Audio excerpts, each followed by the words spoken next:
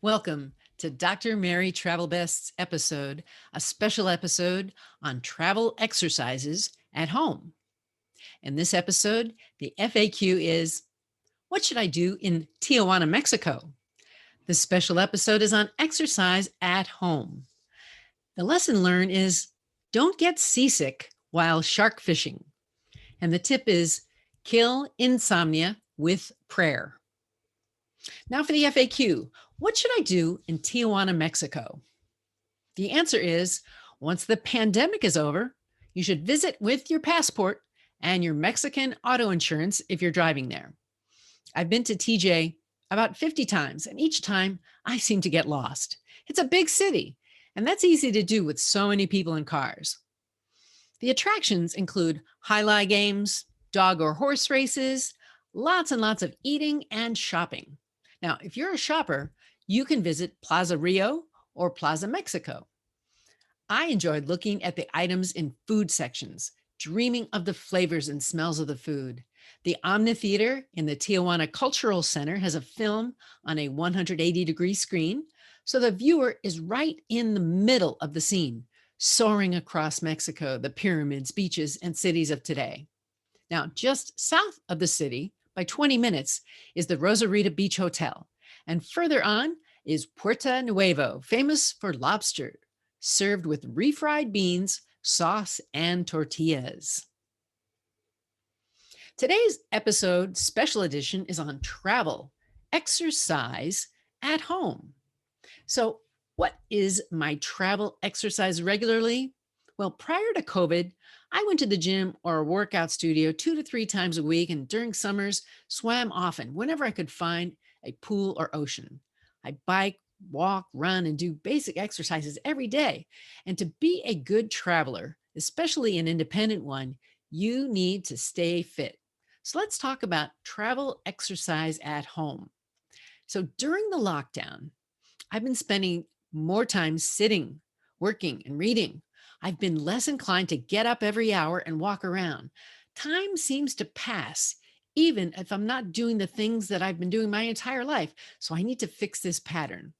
I'm a doctor of business, not medicine, but I do know that if you have a strategy and a plan, you will be more successful than not. So here are 3 medical related reasons to do your travel exercises at home. Number 1, exercise is a way of life. It's about moving one's body in ways that help it to maintain and sustain, even at home. I had osteopenia and then osteoporosis, which are very common for women.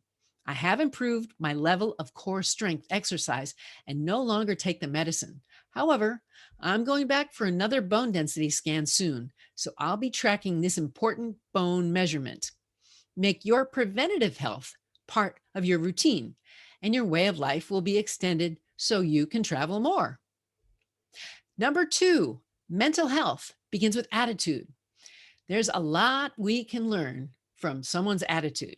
If they are open to learn and willing to be wrong, the mental health checkup starts on a good note. Your home will always be available, so you don't have an excuse not to do that. Get your exercise mentally as well as physically. Number 3, your heart and blood pressure should be stable, and check with your medical professional. Before you engage in any new exercise program, you should consult with someone who you trust and who knows your health conditions. Today's telemedicine allows us to do this from anywhere, including home. My minimal travel exercise program includes squats, lunges, stretches, crunches, and push-ups. Just to give it an extra push, I would include planks, weights, and core strength exercises. Check the show notes for some ways to exercise at home. Today's lessons learned. Seasickness while fishing for shark. Yes, sharks bite late at night, I'm told. I went out on a fishing trip at 6 p.m. in the Pacific Ocean. However, I got nauseous. I should have taken a seasick pill before I went out on the boat. Once you're out there, it's too late. Maybe my sickness helped attract some sharks. Anyway, I did end up catching a 4-foot blue shark. And by the time I got off the boat, I was feeling much better. So don't get seasick like me. Take your meds a half hour before you board the vessel. Now for travel advice.